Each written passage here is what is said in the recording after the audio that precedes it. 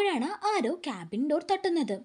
അപ്പോൾ ആരോ ഉള്ളിലേക്ക് വരുന്നുണ്ടെന്ന് അറിഞ്ഞതും ആവണി പെട്ടെന്ന് ഡേവിഡിൽ നിന്ന് അകന്നു മാറി. പെട്ടെന്ന് അവൾ അവനിൽ നിന്ന് മാറിയപ്പോൾ ഡേവിഡിൻ്റെ ഉള്ളിൽ വല്ലാത്തൊരു നിരാശ ഉടലെടുത്തു കേട്ടോ. ആ സമയത്ത് ഡേവിഡ് മുഖം ഒന്ന് ചുളിച്ചിട്ട് അവളെ നോക്കി.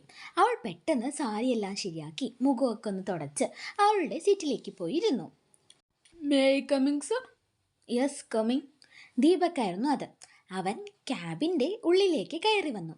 അവരുടെ സ്വർഗത്തിലേക്ക് കടന്നു വന്ന ചെറിയൊരു കട്ടുറുമ്പാണല്ലോ ദീപക്. അതിൻ്റെ ഇഷ്ടക്കേടുണ്ടായിരുന്നു കേട്ടോ. എന്താ ദീപക്, എന്തെങ്കിലും അത്യാവശ്യമുണ്ടോ? ഡേവിഡ് ചോദിച്ചു. എന്താ സാർ? ഒന്നുമില്ല, പ്രധാനപ്പെട്ട ഒരു കാര്യം ക്ലാരിഫൈ ചെയ്യായിരുന്നു. അവളെ നോക്കിക്കൊണ്ട് ഡേവിഡ് പറഞ്ഞു. അത് കേട്ടതും അവളൊന്ന് പതിയെ ചിരിച്ചു. പിന്നെ തൻ്റെ ലീവിൻ്റെ കാര്യം അപ്രൂവ് ചെയ്തിട്ടുണ്ട്. Thank you sir. ദീപക് അതും പറഞ്ഞ് ആവണയെ ഒന്ന് നോക്കി ചിരിച്ചതിന് ശേഷം പുറത്തേക്ക് പോവാൻ പോയി. ഡേവിഡ് ദീപക് പോയതിനു ശേഷം ആവണയെ നോക്കി. അവൾ അവനെ നോക്കാതെ ലാപ്പിൽ നോക്കുകയായിരുന്നു കേട്ടോ. ഒന്നും നടക്കാത്ത പോലെ. അവളുടെ ശ്രദ്ധ തിരിക്കാനായി അവനൊന്ന് ചുമച്ചു. എന്നാൽ അതൊന്നും അവൾ കേട്ടില്ല എന്ന ഭാവത്തിലായിരുന്നു. അവൾക്ക് ചെറിയൊരു ചമ്മലുണ്ട് കേട്ടോ ഡേവിഡിൻ്റെ മുഖത്തേക്ക് നോക്കാൻ. ഡേവിഡ് മെല്ലെ അവൻ്റെ സീറ്റിൽ നിന്ന് എഴുന്നേറ്റ് അവളുടെ അടുത്തേക്ക് ചെന്നു. ഡേവിഡ് തൻ്റെ അടുത്തേക്ക് വരുന്നുണ്ട് എന്നറിഞ്ഞിട്ട് ആവണി ലാപ്ടോപ്പിൽ നിന്ന് നോട്ടം മാറ്റിയേയില്ല. ഡേവിഡ് ആവണിയുടെ ചെയറിന് പിന്നിൽ ചെന്ന് നിന്നു. ഡേവിഡ് അവളുടെ അടുത്ത് വന്ന് നിന്നതും അവളിലാകെ ഒരു പരിഭ്രമം വന്ന് നിറഞ്ഞു. അവനൊന്ന് കുനിഞ്ഞ് അവൾക്കിരിക്കുന്ന ചെയറിൻ്റെ അടുത്തേക്ക് മുഖം താഴ്ത്തി.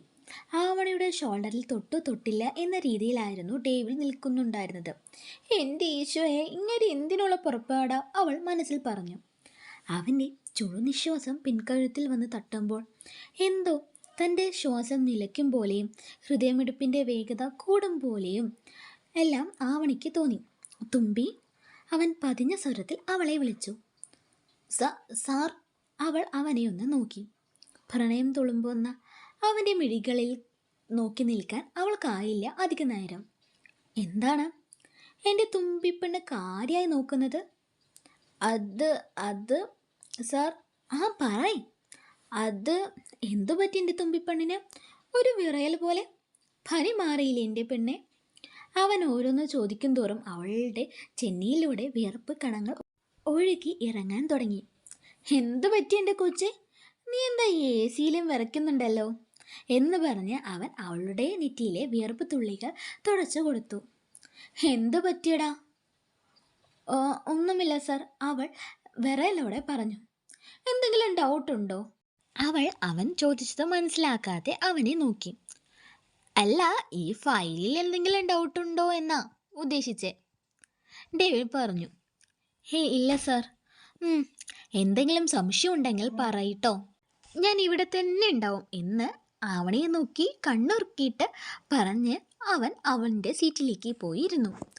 ഇനി അടുത്തു നിന്ന് തൻ്റെ പെണ്ണിനോട് എന്തെങ്കിലും ചോദിച്ചാലോ അവളെ നോക്കിയാലോ അവൾക്ക് പേടിച്ചിട്ട് പനി വരുമെന്ന് തോന്നി അവളുടെ മുഖഭാവം കണ്ടപ്പോൾ. തുമ്പി. കുറച്ചു നേരം കഴിഞ്ഞ് ഡേവിഡ് വിളിക്കുന്ന കേട്ട് ആവണി അവനെ നോക്കി. എന്താ സാർ? ഒന്നുമില്ല, അവൻ തലയാട്ടിക്കൊണ്ട് പറഞ്ഞു. എന്ന് മൂളിക്കൊണ്ട് അവൾ വീണ്ടും വർക്ക് ചെയ്യാൻ തുടങ്ങി. ലഞ്ച് ടൈം ആയപ്പോൾ ആവണി അവളുടെ ലഞ്ച് എടുത്ത് പുറത്തേക്ക് പോവാൻ നിന്നു. തുമ്പി. അവൻ വീണ്ടും വിളിച്ചു. എന്താ സാർ? താനിപ്പോൾ അങ്ങോട്ട് ചെന്ന് കഴിയുമ്പോൾ ഉറപ്പായും തൻ്റെ അഞ്ജുവും ദീപക്കും തന്നോട് പ്രിയെ ഡിസ്മിസ് ചെയ്തതിൻ്റെ കാര്യം ചോദിക്കും. താൻ അത് പറയും എന്നറിയാം. പക്ഷേ താൻ തൽക്കാലം നമ്മുടെ റിലേഷനെ കുറിച്ചൊന്നും അവരോട് പറയാൻ നിൽക്കണ്ട, ഡേവിഡ് ആവണിയോട് പറഞ്ഞു. അഞ്ജുവിനോട് പറയാതിരിക്കുന്നതിനെ കുറിച്ച് ആലോചിച്ച് അവൾക്ക് ഇത്തിരി വിഷമം തോന്നി. അതുകൊണ്ട് അവൾ ഡേവിഡിനോട് പറയാൻ തുടങ്ങി. സാർ, അത് അഞ്ജു. അപ്പോൾ ഡേവിഡ് അവളോട് ഇങ്ങോട്ട് കയറി പറഞ്ഞു. എനിക്കറിയാടോ, താൻ അഞ്ജുവിനോട് ഒന്നും അങ്ങനെ മറച്ചു വെക്കില്ല എന്ന്. തൽക്കാലം താൻ ഓഫീസിൽ വെച്ച് അഞ്ജുവിനോട് ഇക്കാര്യം പറയാൻ നിൽക്കണ്ട. തൻ്റെ വീട്ടിൽ ഇടയ്ക്കിടയ്ക്ക് അവൾ വന്ന് നിൽക്കാറുണ്ടല്ലോ, അപ്പോൾ പറഞ്ഞാൽ മതി. ഞാൻ പറഞ്ഞത് വേറെ ഒന്നും കൊണ്ടല്ല. താനിവിടെ വെച്ച് പറഞ്ഞ് മറ്റാരെങ്കിലും കേട്ടാൽ അത് പിന്നെ എല്ലാവരും അറിയും ഈ ഓഫീസിലെ. പിന്നെ അത് നമ്മുടെ പ്രൈവസിയെക്കുറിച്ച് ബാധിക്കും. പിന്നെ എല്ലാവരുടെയും ഒരു കണ്ണ് നമ്മുടെ ക്യാബിനോലോട്ടായിരിക്കും. പിന്നെ നമ്മൾ എന്തൊക്കെ സംസാരിക്കുന്നു, എങ്ങനെ പെരുമാറുന്നു എന്നൊക്കെ നോട്ട് ചെയ്യാനും തുടങ്ങും. മനസ്സിലായോ ഞാൻ പറഞ്ഞത്? ഡേവിഡ് ചോദിച്ചു. ആവണിക്ക് അവൻ പറഞ്ഞതിൻ്റെ പൊരുൾ നല്ലോണം മനസ്സിലായിട്ടുണ്ടായിരുന്നു. മനസ്സിലായി സർ. ആ, എന്നാൽ താൻ പോയി കഴിച്ചോ, ഡേവിഡ് പറഞ്ഞു. അല്ല, സാറ് കഴിക്കുന്നില്ലേ? കഴിക്കണം. ഞാൻ ഇവിടുന്ന് ഒറ്റയ്ക്കിരുന്ന് കഴിച്ചോളാം. നമുക്ക് കമ്പനി തരാനൊന്നും ആരുമില്ലല്ലോ. ഒരു പരിഭവത്തോടെ, എന്നാൽ ഒരു കുഞ്ഞ് കുസൃതി ചിരിയോടെ കൂടി അവൻ പറഞ്ഞു. അത് കേട്ടതും ആവണിക്ക് വിഷമമായി.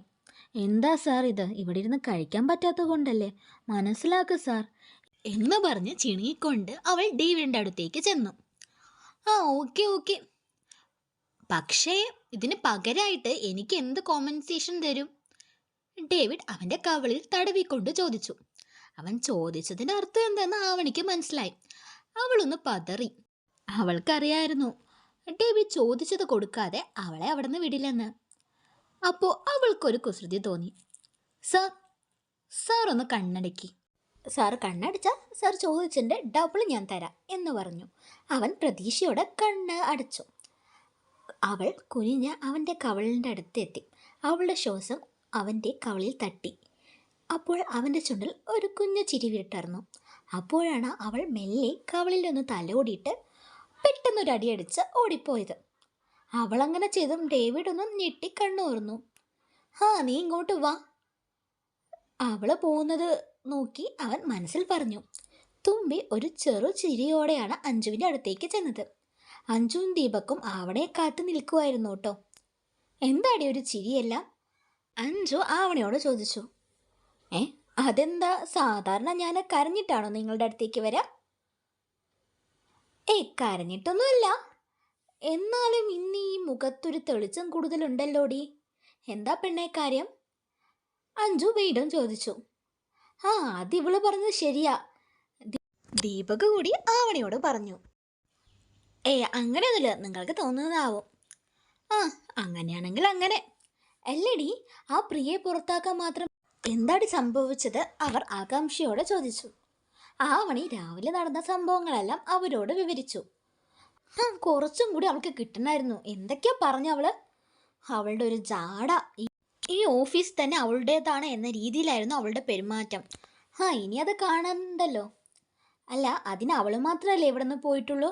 അവളുടെ വാലുകൾ മൂന്നും ഇവിടെ തന്നെ ഉണ്ടല്ലോ. നോക്ക് നിങ്ങൾ, ഇങ്ങോട്ട് തന്നെ നോക്കിക്കൊണ്ടിരിക്കുന്നത് മൂന്നും.